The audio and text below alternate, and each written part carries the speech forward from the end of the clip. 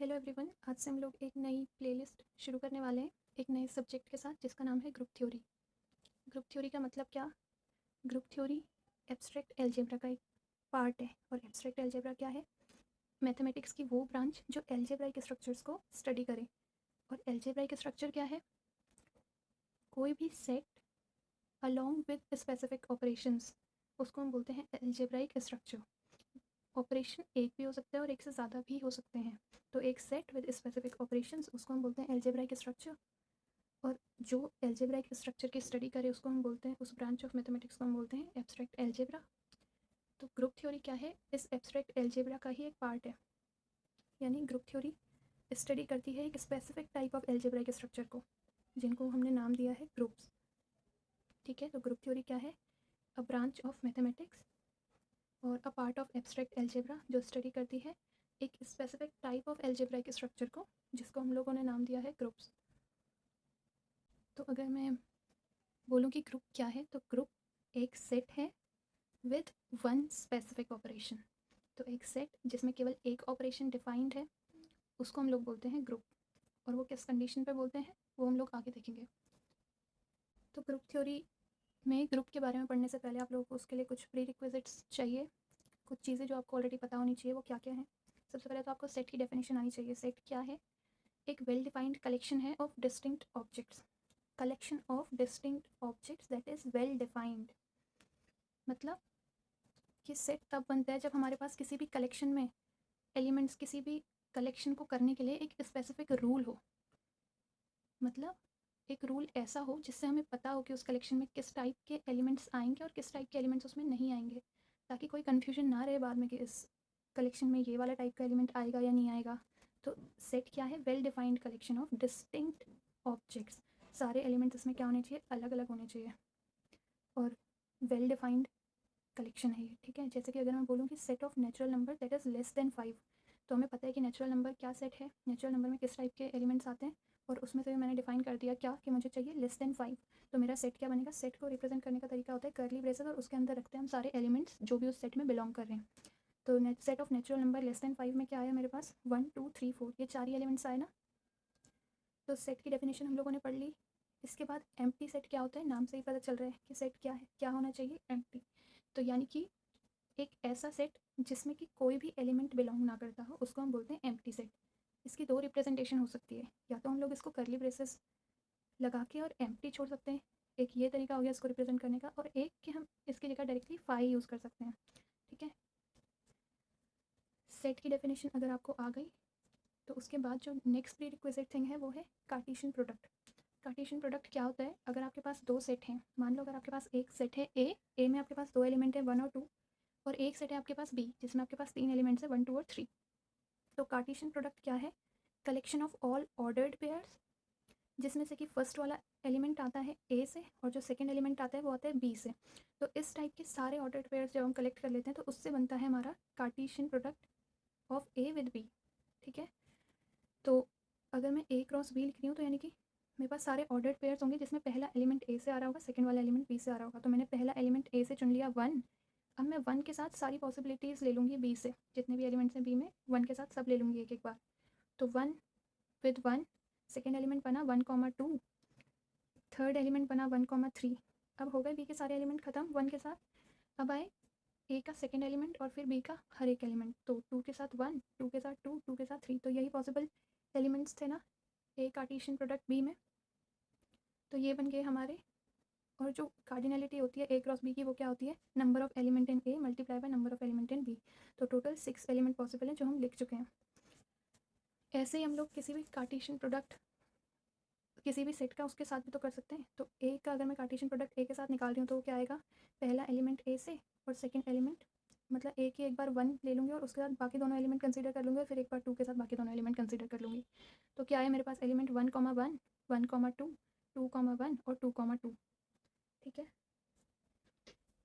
तो अगर मेरे पास एस एक सेट है जिसमें मेरे पास दो एलिमेंट है ए और बी, तो जो कार्टेशियन प्रोडक्ट है एस विद इटसेल्फ का वो क्या है? Collection of all ordered pairs है। कैसे डिफाइंड होता है? पहले ए के साथ ए, फिर ए के साथ बी, बी के साथ ए और बी के साथ बी, ऐसे करके हम लोगों ने सारी पॉसिबिलिटीज़ ले ली। यहाँ पे ए कॉमा बी और बी कॉमा ए, ये दोनों के दोनों क्या है, डिफरेंट एलिमेंट्स हैं, ये दोनों के दोनों सेम नहीं है। सेम होने की केवल एक ही पॉसिबिलिटी हो सकती है, और वो ये कि ए और बी दोनों इक्वल हों, जैसे कि इस केस में हुआ है। यहाँ पे ए है, फर्स्ट कोऑर्डिनेट में भी और सेकंड कोऑर्डिनेट में भी ए है। तो अगर मैं इनको आपस में इंटरचेंज भी कर देती इनकी पोजीशन, तो भी एलिमेंट ए कॉमा ए ही रहता है ना। तो यानी कि जब दोनों कोऑर्डिनेट में एलिमेंट सेम है उस केस में तो ऑर्डर मैटर नहीं करता, लेकिन जब दोनों एलिमेंट डिफरेंट है उस केस में अगर हम ऑर्डर चेंज कर दें तो उससे एक नया एलिमेंट हम मानते हैं। तो ए कॉमा बी और बी कॉमा ए दोनों डिफरेंट एलिमेंट्स हैं। ठीक है, जैसे हम लोगों ने यहाँ पे देखा था 1,2 और 2,1 दोनों के दोनों अलग अलग एलिमेंट्स हैं, जो कि हम लोग R2 में भी देखते हैं कि 1,3 और 3,1 दोनों के दोनों अलग एलिमेंट्स हैं। अब हम लोगों ने सेट पढ़ लिया, कार्टेशियन प्रोडक्ट पढ़ लिया, तो नेक्स्ट चीज़ आती है बाइनरी ऑपरेशन। बाइनरी ऑपरेशन क्या होता है? बाइनरी ऑपरेशन से पहले मुझे ये बताओ कि फंक्शन क्या होता है। फंक्शन किसी भी सेट में अगर मैं बोल रही हूँ F is a function from A to B, इसका मतलब क्या है कि एफ एक रूल है, एक मैपिंग है ए से बी में, जो कि ए के हर एक एलिमेंट के लिए एक unique element of be assign करती है ना। यानी कि अगर मेरे पास ए में 2 एलिमेंट है 1 और 2 और बी में है ए बी और सी, तो चाहिए क्या कि ए के हर एक एलिमेंट के लिए बी में एक एलिमेंट हो। ठीक है, कोई भी एलिमेंट ऐसा छूटना नहीं चाहिए जिसके लिए बी के पास कोई एलिमेंट ना हो, और एक एलिमेंट के लिए एटमोस्ट एक ही एलिमेंट हो। मतलब 1 दो के साथ पेयर नहीं कर सकता, तो 1 एक ही एलिमेंट पे जाए और ऐसी 2 के लिए भी एक एलिमेंट बी में मिल जाए और केवल एक ही एलिमेंट बी में मिले, उसको हम बोलते हैं कि उस इस टाइप के रिलेशन को जो इन दो कंडीशंस को सेटिस्फाई करता है उसको हम बोलते हैं कि वो फंक्शन है। तो अगर आपको फंक्शन पता है एक सेट से दूसरे सेट में, तो बाइनरी ऑपरेशन क्या होता है? बाइनरी ऑपरेशन, जिसको हम लोग स्टार से रिप्रेजेंट करते हैं, किसी भी सेट में वो एक फंक्शन है। ठीक है, अगर हम बोल रहे हैं कि हम लोगों ने कोई बाइनरी ऑपरेशन डिफाइन करना है एक सेट एस में, इसका मतलब एक फंक्शन डिफाइन करना है जो कि एस क्रॉस एस से एस में है। यानी कि अगर मैं एस क्रॉस एस से, अब आपको पता है कि एस क्रॉस एस में किस टाइप के एलिमेंट आते हैं, सारे के सारे ऑर्डर्ड पेयर, जिसमें से पहला एलिमेंट एस से आ रहा है और दूसरा एलिमेंट भी एस से ही आ रहा है। तो नॉर्मली जब हम लोग फंक्शन लिखते थे तो हम लोग क्या लिखते थे, जैसे फंक्शन में हमने वैल्यू डाली 1 तो हमारे पास आंसर आया क्या, ए। ऐसी फंक्शन में हमने वैल्यू डाली 2 तो हमारे पास आंसर आया ए। तो बाइनरी ऑपरेशन क्या है? बाइनरी ऑपरेशन एक फंक्शन है जो कि एस क्रॉस एस से एस में डिफाइंड है। ठीक है, यानी कि जब भी मैं एस क्रॉस एस से कोई एलिमेंट उठाऊं तो उसके लिए मेरे पास एस में एक यूनिक एलिमेंट मिल जाए। यानी कि स्टार जो कि डिफाइंड है हमारा एस क्रॉस एस से एस में, यानी कि जब भी मैं एस क्रॉस एस से कोई भी एलिमेंट उठाऊं ए कॉमा बी, तो बेसिकली हम लोग जो बाइनरी ऑपरेशन डिफाइन करते हैं वो इस टाइप से फंक्शन हम लोग नहीं दिखाते हैं, वो हम लोग ऐसे दिखाते हैं ए स्टार बी। तो ए स्टार बी जो हो वो भी हमारा किस में हो, एसी का एलिमेंट हो। तो इस टाइप के ऑपरेशन को हम लोग बोलते हैं बाइनरी ऑपरेशन। बाइनरी ऑपरेशन आपने स्कूल लेवल में भी करे होंगे, जैसे हम लोग इंटीजर्स का सेट डिफाइन करते थे और इंटीजर में एडिशन जो होता था, क्या वो एक बाइनरी ऑपरेशन है? क्या मैं उसको बोल सकती हूँ बाइनरी ऑपरेशन? तो एडिशन को बाइनरी ऑपरेशन होने के लिए क्या चाहिए कि जब भी मैं 2 एलिमेंट लूँ जेड से, कोई भी 2 एलिमेंट अगर मैं जेड से ले लूँ और उस पर मैं स्टार लगाऊँ, ठीक है, मैंने बोला कि इसको हम लोग ऐसे रिप्रेजेंट करने के बजाय ऐसे रिप्रेजेंट करते हैं, है ना। तो हम लोग करते थे 2+3, क्या 2+3 जो मेरा आंसर आएगा वो क्या एक इंटीजर होगा? तो 2+3 करके 5 आएगा, हाँ वो एक इंटीजर है। और ये हमने पढ़ा था कि कोई भी 2 इंटीजर्स को आप ऐड करो, आपके पास हमेशा जो आंसर आएगा वो हमेशा एक इंटीजर ही रहेगा।